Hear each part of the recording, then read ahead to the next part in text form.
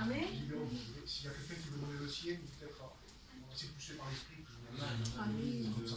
Voilà, peut-être la plupart d'ici me connaissent, mais je vais vous raconter comment j'ai rencontré le Seigneur. Amen. Amen. Voilà, je suis un garçon qui a grandi dans une famille, comment dire, exemplaire. Malheureusement, on ne connaissait pas la parole de Dieu. On ne savait même pas ce que c'était un pasteur chez nous. Mais j'avais une famille, on va dire, d'une bonne morale. Des gens très respectables, qui, matériellement, je n'ai manqué de rien. Mais dès mon plus jeune âge, j'ai souffert. C'est comme ça. Il y avait un vide dans mon cœur, dès mon plus jeune âge. J'ai souffert d'un manque d'amour, d'un manque d'affection. Il me manquait quelque chose dans ma vie. Et ça, depuis que j'étais petit, il me manquait quelque chose. J'avais ce qu'on appelle un syndrome, je ressentais un syndrome de l'abandon. Je me sentais abandonné. Et puis, j'ai grandi comme ça, en ayant, pour les gens, une apparence extérieure exemplaire. On voyait quelqu'un de bien, quelqu'un d'heureux. J'ai pu faire même des études, j'avais des facilités en toutes choses. Je prenais une guitare, je savais jouer de la guitare. Je voulais faire des études en manquant comme un gitan, mais je suis allé à l'école jusqu'à 20 ans. Et j'avais une facilité dans les choses de la vie qui était comme ça, innée. Mais on voyait de moi quelqu'un qui allait devenir quelqu'un d'important dans le monde, quelqu'un qui était heureux, mais au-dedans de moi, je vous dis, il y avait un grand vide. Il y avait une cassure, il y avait un cœur brisé. Et au fil des années, il y a toujours eu, comment dire, quelque chose qui... J'ai toujours cru en Dieu. Malgré qu'on ne connaissait pas les pasteurs, qu'on ne savait pas ce que c'était les réunions, je croyais en Dieu de la manière que nous avaient un petit peu éduqué nos parents. Je savais qu'il y avait un Dieu, je priais d'une manière religieuse le soir chez moi parce que j'étais pris d'angoisse. Et puis je priais les prières qu'on m'avait appris dans ma religion. Mais je vous le dis en vérité, il n'y a rien qui se passait. Il n'y a rien qui venait combler ce vide. Il n'y a rien qui venait guérir ce cœur brisé. Et puis j'ai continué comme ça pendant des années. Puis un jour, l'évangile est venu à Sonia. Je bénis Dieu pour ça. Les anciens qui étaient mon beau-père, fondateur de l'église, le frère Bombe, le frère Tuerte sont venus à Sommières. Et puis nous ont annoncé l'évangile. Bien sûr, au début, on était parmi ma famille, il y avait quelques personnes qui y allaient. Et puis ma famille à moi, que ce soit mon père, ma mère, même, on se moquait de l'évangile. On se moquait de ces gens-là qui venaient. On disait des gitans, c'est pas possible qu'un gitan puisse venir nous apporter quelque chose, c'est qu'il y a quelque chose derrière tout ça. Parce que c'est comme ça, on pensait comme ça. Et puis un jour, alors que le soir, je traînais un peu dans les rues avec mes cousins, j'ai un cousin à moi qui, on est passé devant l'église, et un cousin à moi qui venait de passer par une grosse épreuve, m'a dit viens, on rentre dans l'église, on rentre dans la réunion. Je suis rentré dans la réunion. Moi qui cherchais Dieu, moi qui croyais en Dieu, je me suis assis sur une chaise. Pasteur a prêché, je me rappellerai toujours, c'est le frère Bob. Je ne sais pas comment ça se fait, j'ai ressenti une chaleur, j'ai ressenti une présence. Je venais de trouver Dieu. Amen. Je venais de rencontrer la vérité. Amen. Et puis à l'appel, je me suis retrouvé debout. J'étais un jeune homme, peut-être j'avais 14, 15 ans, je ne sais pas.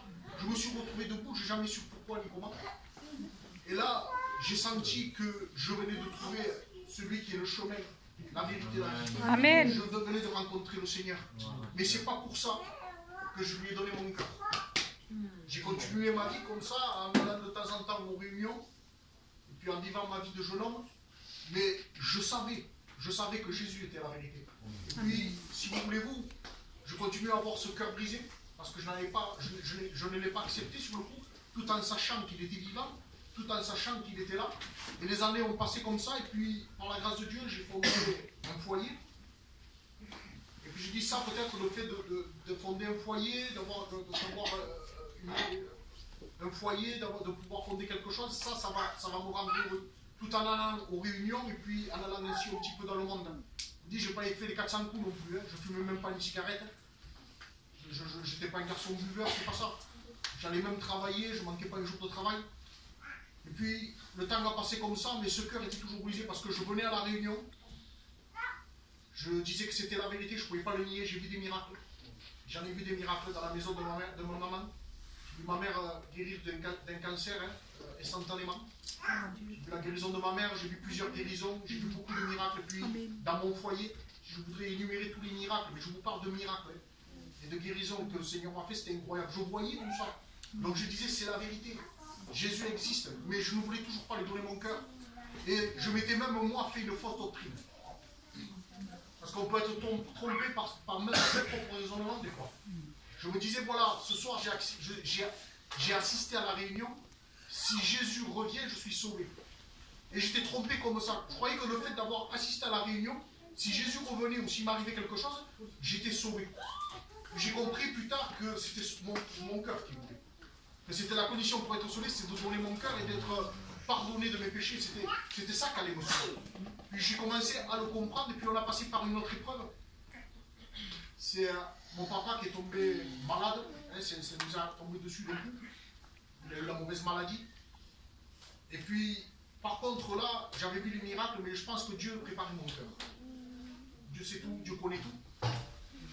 Et ma prière, ce n'était plus la même prière.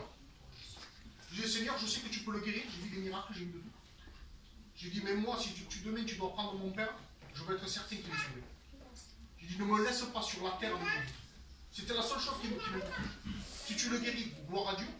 Mais si tu dois le prendre, je veux être sûr qu'il est sauvé. Je ne veux pas avoir le doute. C'était comme ça. Ma prière avait changé de direction parce que j'étais devenu conscient, tout en sachant que je n'étais pas chrétien et que je n'avais pas donné mon cœur à Dieu. Mais j'étais conscient qu'il y avait un salut. Amen. Et qu'il y avait aussi une perdition. Amen. Et à travers cette épreuve, mon père, même avant de tomber malade déjà, Dieu préparait le cœur de mon papa. Amen. Il allait aux réunions, et puis je vais pas être long, il y a un petit test. Mon père n'aurait jamais manqué un anniversaire. Jamais. Et un soir, il vient, il m'embrasse, il me dit, papa, il n'est pas encore malade. Je m'en vais à la réunion à Solène. Je dis, Seigneur, jamais il aurait manqué un anniversaire à mon père. Et je voyais qu'il y avait quelque chose qui se passait à lui. Puis on a pris la maladie. Et au travers de la maladie, déjà, je vous ai dit, c'est déjà tourné vers Dieu. Et même dans l'hôpital, Dieu permettait des choses incroyables parce que même les infirmières qui nous soignaient étaient des chrétiens. Et ils venaient prier avec mon père et ma mère qui était chrétienne, baptisée tous les matins. Même les infirmières venaient prier. Et puis il y a même eu des prophéties dans l'hôpital. J'étais assis au bord du cœur à côté de mon père. Une infirmière rentre, je ne savais pas qui elle était, elle ne savait pas qui j'étais. Elle est rentrée, elle a dit, je vous le dis, il y a un futur serviteur ici. J'allais même pas, je vous dis, j'allais un petit peu aux réunions, j'étais même pas chrétien. Et puis je l'ai pris comme ça, je dis, mais comment, qu'est-ce qui se passe, bon? Et puis je l'ai laissé comme ça. Et puis regardez, aujourd'hui ça se réalise.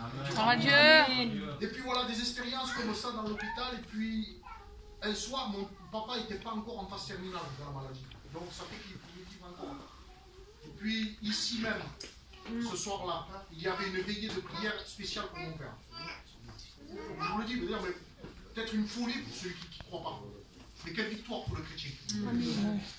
Ici même, il y avait une veillée de prière pour le cas de mon père. Et puis ce soir-là, mon père venait de manger, nous on était rentrés à la maison. Et puis là, il regarde ma maman, il lui dit, écoute, en papa, je m'en vais. Ma mère lui dit, où tu vas? Où tu vas? Tu es malade, où tu vas? Il dit non, appelle mes frères. Dis-leur que je m'en vais. Il y a des hommes habillés en blanc qui viennent me chercher. Et là, il s'est mis à prier. Et je sais qu'il est parti avec le Seigneur. Donc le Seigneur avait répondu à ma prière. Et puis, je vais vous couper court, parce qu'il y a eu encore un temps de rébellion. Comment on peut être dur, l'homme? On veut voir des miracles, on veut que Dieu nous parle, et comment on peut s'endurcir des fois. Moment de rébellion, moment de dépression, j'ai resté 8 mois dans une dépression que vous ne pouvez pas. Écoutez, je ne peux pas l'exprimer la dépression que vous avez. C'était plus moi, c'était plus moi. Moi qui étais un homme sensé, un homme intelligent comme on dit dans le monde, j'étais devenu une marionnette entre les mains de l'ennemi. Mais une dépression vraiment que, excusez-moi, mais je demandais même la mort.